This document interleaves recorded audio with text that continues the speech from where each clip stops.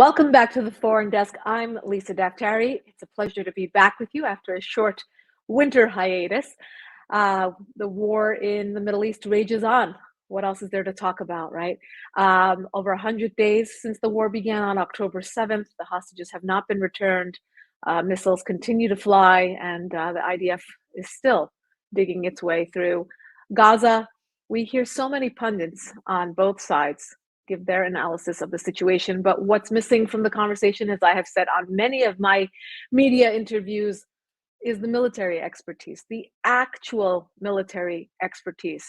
What is this conflict in Gaza? What is the IDF doing? How are they doing it? How would you, give your analysis on that?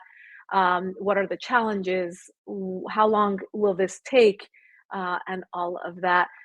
That is why I am bringing in today's guest. I have wanted to bring him on the show for a very long time, but I think this is the perfect time to do that.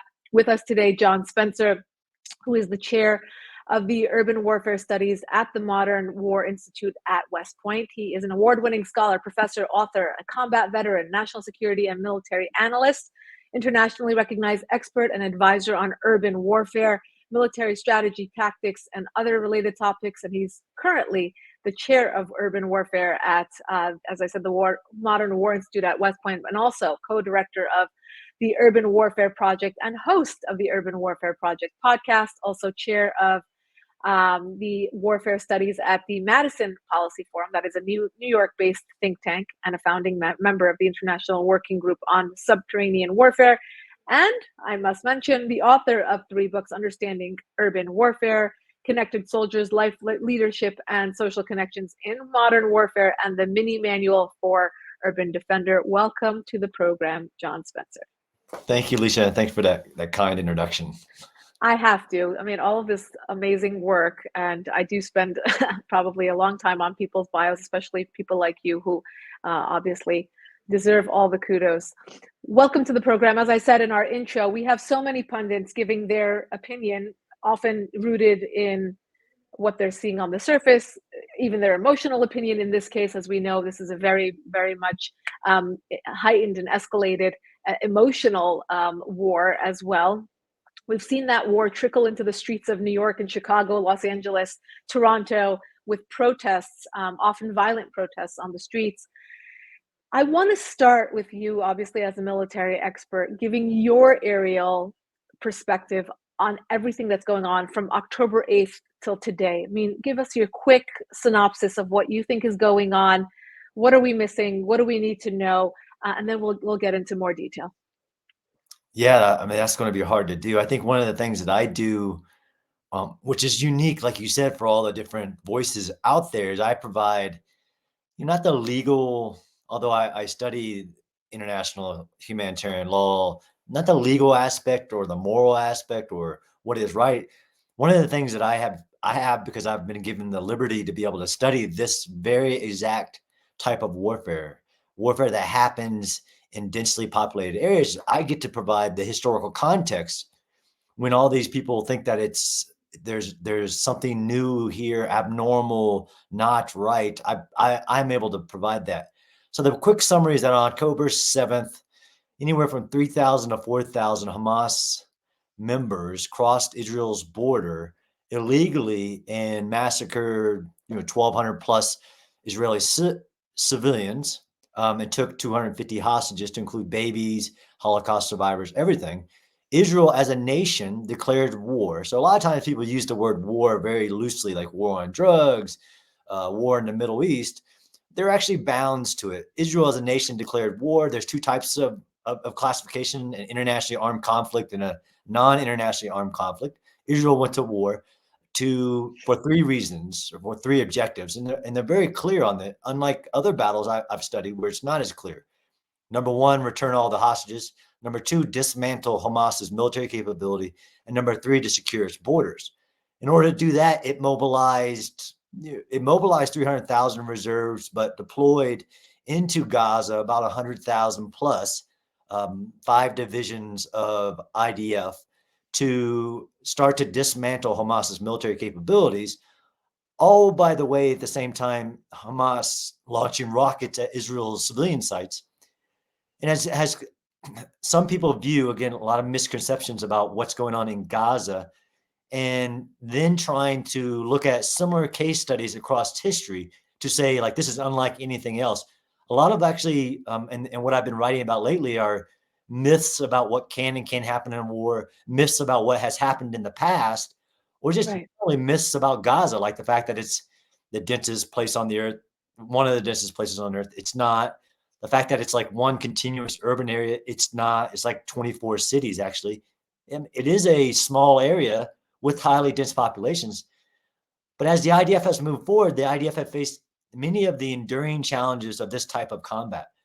And really, that's one of the biggest mistakes that of all of these wars is people not understanding what combat we're seeing. We're not seeing a counterinsurgency, a counterterrorism fight. Even we're not even seeing the battles similar to what was done against ISIS, where ISIS grabbed a hold of cities for a year or two and then had to be pried out of those cities. There's so many differences here. This is a war more like World War II, where you have a military, the IDF, attacking an enemy held city with over 30,000 fighters, but also having an underground city to help them achieve their strategy, an underground city woven into the civilian homes, protected sites, which is all very new in war. So the IDF has methodically moved forward to include, although they're accused of not, lots of steps that are very normal in urban wars to protect civilians, like giving them 3 weeks to evacuate, doing all the calls, all of this. But there's so many uniqueness to Gaza that people just don't understand it, or they don't understand the objectives, or they don't understand that it's never happened in war. So I'm busy trying to write, talk, Hmm. explain it to people. So do they really not understand it, or they do not want to understand it? Let's break this down, because you said a lot of interesting things that we're not hearing in the media. We just are not hearing them, or they're being refuted so quickly that there's no chance for these ideas to develop. The fact that Israel is giving them time to evacuate. All we hear is the Gaza Health Ministry taking that death toll up. And if you're a human with a beating heart, you're looking at those numbers rise and you're thinking, "Wow, enough is enough." Or I'm hearing so many things, right? I mean, from the average news consumer, being like, "Oh my gosh, enough is enough." There's children, there's women, there's families, and Israel is tactically targeting these families, all the way to South Africa, taking Israel to the international court and accusing them of genocide. I mean, can you break that down for us? What is Israel doing? Is that what's done, or is this a humane move, or are they being inhumane? I mean, what's your take on this? Yeah, so the broad summary is that, and I just got back a couple weeks ago from on the ground. So one, usually some of these voices have never been in a war, never been to an urban war, never been on the ground. They couldn't tell you the difference between Gaza and Judea and Samaria or the West Bank. They couldn't tell you. Right. They just see what they see on TV and they hear the messages in literally the headlines of things that are inferring things that can't be Hmm. known without evidence. And there's so many examples of, Hmm. like the fact that Israel is targeting civilians, which is false. Like the fact that Israel is not following all the laws of war, um, which is false based on and I wrote a CNN op-ed about this. Everything that I'm seeing is that Israel is actually going above and beyond not just the law, but what we call the precautions that you have to take to protect civilians in war, even when the other side. So Hamas is like, if I teach urban warfare to militaries, Hamas Hmm. is the case study for use of human shields and now human sacrifice. Since Can you Hamas, explain that? I think people don't understand what that even means. What is Hamas doing to put its civilians in harm's way? so the first step, so human shield is a term which it means that the other side is trying to use civilians to restrict the use of force against themselves. They're hiding under civilian sites. So Hamas is unique. What Hamas has done, Hamas doesn't have a single military site.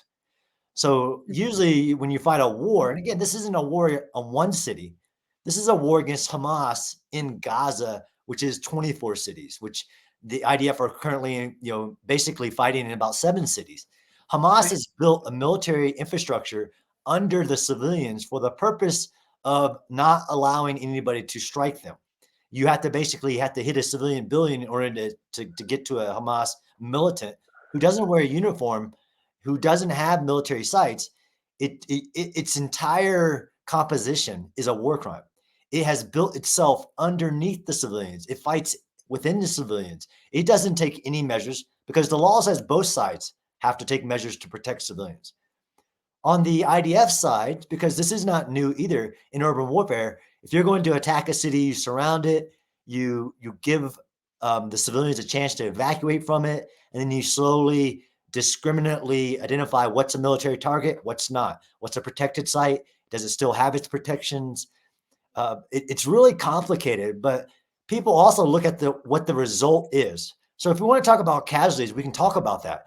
Like that's being used as and to include South Africa as an inference that IDF is not following the laws of war or doing something illegal like targeting civilians, which is illegal in any war, no matter what the case is. The IDF are not doing that. There are, of course, civilian casualties, and there are civilian casualties in all wars. Lisa, most people don't know that 90% of the casualties of modern wars are civilians, not militaries. And that's a UN statistic. So for the last 20, 40 years, 90% of the casualties are civilians because of the fact that war happens in these dense populated areas. And no matter what is done, all the civilians never leave. So there's civilian casualties. So to play devil's advocate here, because I think this is wonderful. We're not hearing this anywhere else. To play devil's advocate, we're seeing world bodies led by the UN and others who even here in our Congress calling for ceasefire, ceasefire, ceasefire. Their point being, well, if the IDF's goal is to go after terrorists, then this is not the right battle it's fighting because civilians are dying, right? Right. So what do you say to that? Yeah, absolutely. So while Hamas is a terrorist organization designated by the United States, the UK, and many other countries, they're also the political apparatus with a military in Gaza. So the paradigm in which people are looking at this war is wrong. It's not a counter-terror operation. Hamas is a military. It has 30,000 fighters.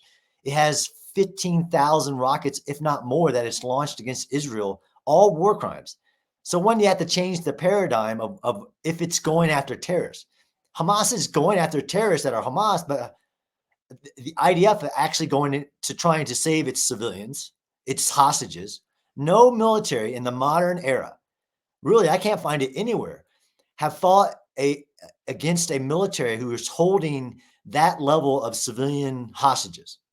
Really, you have to go back to World War II and talk about POWs, which the Israeli hostages are not POWs. No military has fought a war. Again, this is not a battle over one city. This is a battle over multiple cities. No military has ever fought a war in the modern era where there are rockets going over their head, headed to their homes behind them. And people just don't understand that there have been rockets emanating out of Gaza every day since October 7th. Every single day. I know. And Hezbollah out of Lebanon. I mean, it's a multi-pronged war that people just do not understand, or they don't want to understand, because this is color war and they just pick a side. And often that side is obviously against Israel, especially in the current environment that we live in. So I could have this conversation with you for 5 hours, but because we have to move quickly, let's move over to the IDF side. What are the challenges? What are they facing? And what makes this, what has made this military operation take as long as it has, and how long will it take? Yeah, absolutely. So what the IDF face are many of the same challenges that every military who's ever fought in urban areas has. The three-dimensional fight of urban combat intermixed between civilians, where you have to protect the civilians. You have to discriminate between a civilian and a military target. But once you're entering a contested, dense urban fight, which again is not counterterrorism. Usually in a counterterrorism like Osama bin Laden raid, you know where the enemy is. You target that very small area, and then you do a raid or an ambush or something like that against them. These are contested cities where everything is a threat, where there are thousands of Hamas fighters in every window, but unique to the IDF. So that challenge is there, right? The fact you can't see around the block, you can't see through buildings. The defender gets to choose when to attack you. He can lay ambushes everywhere. But the IDF faced something that nobody's faced in modern war, which is the fact that the underground means more than the surface. The fact that the enemy is not 15 feet, but 100 feet underground, where no munition, no normal munition could get to them. And the Hamas strategy isn't to defeat the IDF. So the IDF, you ask about time, and this is what I always get. How long will this take? Well, the enemy gets a vote. So the enemy gets a vote on how much destruction is required as well. The IDF have to clear urban terrain to achieve its objective, which is get the hostages back and to dismantle Hamas's military capability. Every rocket, every weapon. Right. In order to do that, you have to move them methodically and clear every building, every tunnel. You have to discover them. How long does it take? So it takes about 2 months, if you really want to get honest about it, to clear a neighborhood in a city. So if you look at how many neighborhoods like Jabalia, Sajaya, the neighborhoods of Khan Yunis, you're talking many months. And we've seen actually the IDF have moved at record speeds, at record low casualties, and clearing urban terrain. Wow. So they've cleared most of northern Gaza at this point. It took 9 months to clear the city of Mosul with 100,000 soldiers or security forces backed by the strongest military in the world's air power, the United States and coalition. 9 months to clear it. The IDF need time. Hamas wants that time to run out. Right. You just said record low civilian casualties, which is the opposite of what we hear, right? Well, I said record low casualties, as in IDF casualties. I don't like playing record the low. That's what that's what I meant. Record low. I mean, sorry, and that's not what we're. I apologize. That's not what we're hearing. Talk about. Yeah, tell me. Yeah. So, Lisa, like you said, because of journalists, academics, political leaders who want to paint Israel in a bad light, they try to say that it's the most destructive, most civilian deaths of any modern war. Well, that's actually a false statement, because there's no comparison to Israel's fight in Gaza. You have to go back to World War II when the laws were different. You have to go back to like the firebombing. I mean, I don't like playing the body count number. One, because I've never seen a war in the history of wars where you take a body count from the enemy down to a single digit, which could never be known in real time. You don't know how many civilian casualties are dead. And the fact that the enemy is given a number, because let's be clear, the Gaza Health Ministry is Hamas. It's a Hamas organization. No, even if the number was true, which is no way it can be. Like even in the Battle of Mosul, a year later, nobody knew how many civilians had died. Of course. The fact that there is just not a single combatant number in the Hamas casualty numbers, it's almost pales in common. Really, like it's anti-intellectual to use that number, but everybody uses it as a justification to show that Israel is doing things purposely wrong, targeting civilians, committing genocide, like all these. It's really all false. They're just lies. Right, and when they run out of talking points or rebuttals, they'll tell you you're on Israel's payroll to shut you up. Right. It's all very, very informative. I want to talk about two things. First, let's start with the tunnel system. You've been studying urban warfare for your entire career. How surprised were you at the complexity and just the expansiveness system? Can you just qualify it? I know the New York Times, it took them 3 months, but they came out with it. And then you still have people questioning the legitimacy of the New York Times. Again, New York Times, no friend to Israel, and no, it's not a Zionist newspaper for sure. How expansive is it? I mean, what should people know about the complexity of this and what dimension it adds to the war? Yeah, you're right. And same thing with the rapes and denial. Like, I mean, it's just so crazy that people don't want facts. Like, you can have your own opinions, you can't have your own facts. So I have been studying tunnels for my entire career as well. I've been in Hezbollah tunnels, I've been in Hamas tunnels, I've been in North Korean tunnels. Before the war, the estimates that we all gave were about 300 miles of tunnels underneath Gaza. the estimates were wrong. And from everything that the IDF has discovered, the 1,500 tunnel entrances, that we think the estimate is more like 450 miles. But Right. it isn't the scale of the number or the complexity, like layers, right? Everything from 15 feet down to 300 feet underground, which is really hard to do, where Right. no military munition can reach. But it is the design of the tunnel network that is so troubling. People don't understand that there are tunnels in war all the time. It's very common. And in fact, I recommend people, if you want to defend something, dig a tunnel between buildings, things like that. But Hamas built an entire world, a city, multiple cities underground, but under the civilian cities on purpose, under hospitals, under schools, so that it can be protected. It's a war crime to do so, to use the surface as your shield. Hamas's whole strategy is underground. The hostages are underground. Hamas fighters are underground. They want the Right. world to see the destruction on the surface, trying to get to stop Israel. People don't understand that yeah, I can give you the numbers, and I was just in the biggest one they found a couple weeks ago, Hmm. right outside of Israel's border. It was an invasion tunnel that took millions of dollars and years to build. Only if through the pursuit of destroying Israel and killing the Jewish people.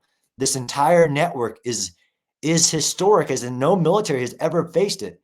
So you can fight for the IDF, you could fight weeks on the surface in a neighborhood in Gaza and not know what's underground until you Wow. find where the tunnel entrances are, because they're at a depth that you can't use technology to find. You have to literally go into every house, every school, every hospital and find where the tunnel entrances are and then try to explore them.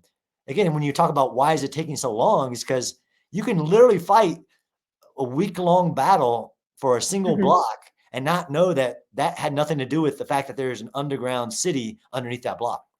Now, I mean, taking what you're saying, has the IDF's, I know at the top of the show you said what the objectives of the IDF have been from day one.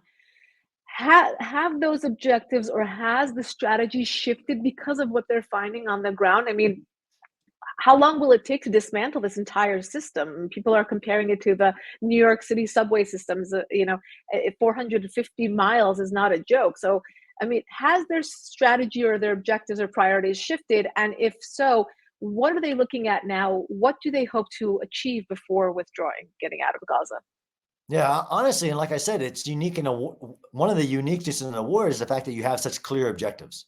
Because there are wars that even the United States have fact where the objectives have changed Right. during the war. That's actually not unique either.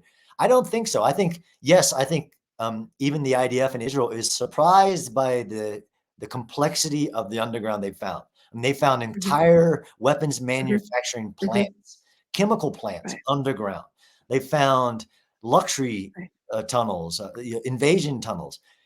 But it doesn't change those three objectives: get the hostages back, which Hamas is still holding in tunnels, inhumane treatment, dismantle that tunnel network, and get every rocket. And there's still rockets being fired. So maybe it changes the estimates on how long it would take to clear portions of urban terrain. But I think the objectives remain. They're very clear.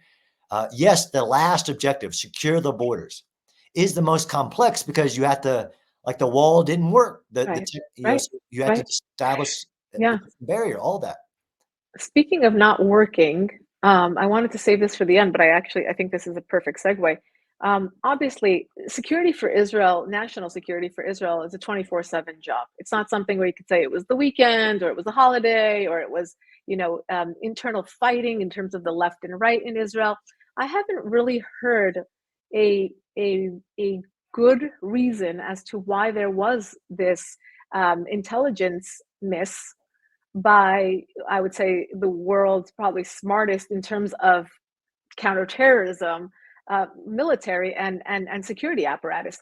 How did Israel miss this? It's so, Lisa, we call it a black swan. So a black swan is something that is not imaginable. You can't imagine against it. It's really hard to protect against it if it's a failure of imagination. Yes, there were intelligence failures. Yes, there were failures in reliance on technology over manpower and the cost to the nation, because defense costs a lot of money.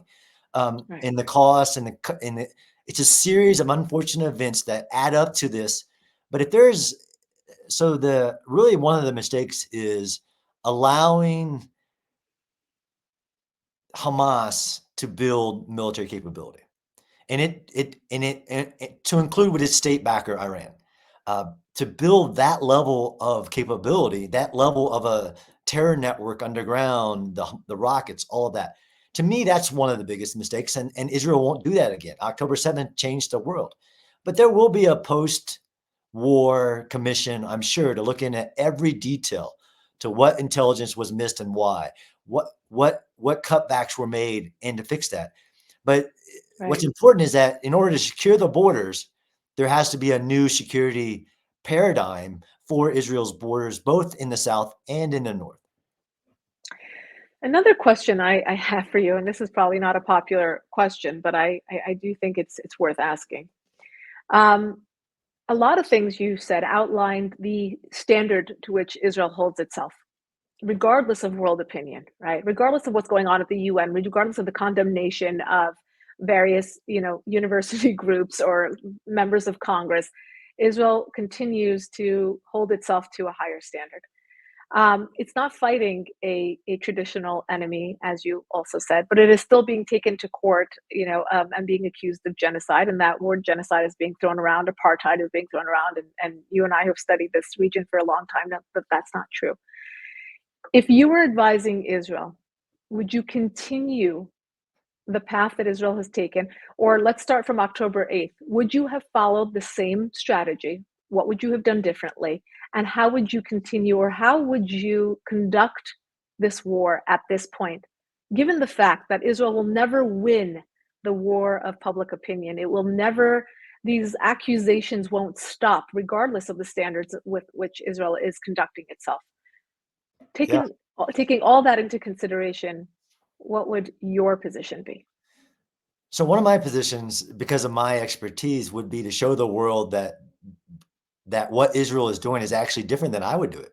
It's actually more constrained, more restricted, more civilian harm mitigation than any other military has ever done in the history of modern wars. But I do realize, and I know this too, that yes, Israel has autonomy. Israel can do things within the law the way they want, but war is a contest of will. And Israel has been stopped after the 6-Day War, after the Yom Kippur War. It is a thing that where Israel is told to stop, even when it has the right in all of the international law and the right of self-defense after attacked, all of that. Right. One of the things that I would do differently is every myth of really there's a danger here. And unfortunately, Israel is the person in the limelight where the world, like there is rules in wars. There is a limits to brutality that have been an evolution since, especially since World War II. Like, okay, you can't do these, you can't do that. You have to take precautions. What the danger is when the world thinks that there are rules that aren't applicable. I understand when a pacifist doesn't want any war. I understand when a human rights activist wants you to do things differently. But Right. one of the things that my strategy is to show people like who do you view as the standard for the application of the use of force in urban areas? Do you want to use the United States? Let me show you what we have done in wars, following all the laws. But there is no such thing as a bloodless war. There is no such thing as a non-destructive urban battle. I mean, that's the part where there's dangers, where something almost becomes like not in a court of, it almost becomes common law in the court of public opinion. Like you can't use white phosphorus in war, or you can't attack a hospital. Like, you're not supposed to attack a hospital until it loses its protection. But let me show you where hospitals have been completely. Can you break that down for us? This is actually, I tweeted something like this where, it's the MO right now of terrorist organizations, obviously against Israel and the United States, that narrative, right, of fighting the powerful white man, which is another misnomer. We have so many different racial and ethnic groups in Israel. Um, it is the MO of terrorist organizations because they know how the world of public opinion works. both formally and informally, to just attack Israel every few years, knowing that they're going to be handed a huge condemnation. Obviously, placing assets next to mosques and churches and hospitals and schools, hiding weapons in schools. I remember doing this story for Fox News over 15 years ago with UNRWA, and hiding the weapons in schools. I mean, people still don't believe this. Can you talk about that, A, as a tactic, and B, what are the international laws on this when it is so sticky, and when you know the enemy is doing this on purpose? Yeah, so it's called lawfare. It's called lawfare. Basically, when a combatant uses the laws of war as a protection against themselves, it's a war crime, and Hamas does it. But let me give you examples. For instance, like a hospital. Like there are protected populations and protected objects and sites in urban areas, very specifically, and why urban warfare is the hardest for any military to do across the globe is because once you enter an urban area, you have restrictions on what you can and can't do, things you can attack and things you can't. So there are all these civilian objects, hospitals, mosques, schools that from the starting point are protected. Like you're not supposed to strike them. But once the combatant inside that area uses them for military purposes and to create harm against the attacker, they lose their protections. Because if not, any military, and this is why hospitals have become really big things in wars, and I like to give you a few examples, that they become these tools of the person who's violating the laws so that they can achieve their goals. So in the first Battle of Fallujah, which I want to take you back to 2004, the U.S. military was ordered to attack the city of Fallujah because 4 U.S. citizens were killed. And the president said, go get those responsible. So the U.S. military, the Marines, launched a campaign into the city in April of 2004. They lost the battle in 6 days because the Al-Qaeda and other terrorists inside the city were using the hospitals, that one hospital, the main hospital, as a propaganda tool to show the world that which sounds a lot like right now, actually, to trump up the number of civilian casualties erroneously, Right. and show pictures of wounded kids and women and everything. So 6 months later, in the second Battle of Fallujah, after the city had been given to the enemy, the U.S. military launched another attack, and then one of the primary objectives was the hospital. And there was a massive battle over the city's hospital, one, to protect it and secure it, but also to not allow it to become a propaganda tool. Correct. Right. And that's exactly what we're dealing with right now. Yeah, and same thing in the Battle of Mosul, which everybody wants to use against Israel. Like, look, in the Battle of Mosul, there were less bombs dropped, less destruction. Not true. But they don't mention about how the hospitals, like they did full armor division attacks. They bombed hospitals because ISIS was using them as headquarters. They were shooting out of them. One of the hospitals was basically destroyed. Everything in the compound was destroyed. But people seem to have like this global amnesia, what happens in war, Right. and try to say Israel is committing genocide. Right. And when did you ever see the world cry over the children in Syria, or the children in Afghanistan, or the children anywhere else that have been victims of terrorism? John, I'm almost out of time, but I cannot let you go without asking you the crystal ball question. Not even crystal ball for you, because I think that you are very much informed and you'd be best positioned to answer this. Where do you see this war going? How long is it going to take? And are we looking at the conflict? I know this is a huge question, but very quickly, if you can just give us your quick take. Do you think what's going on in terms of Iran's proxies in the region, Iraq, Syria, Yemen, will turn this into a larger conflict? I don't want to say World War III, but that's how people are phrasing it. Do you think this will end up in a larger conflict? And just the timeline of it all, how do you think this is going to go? Sure.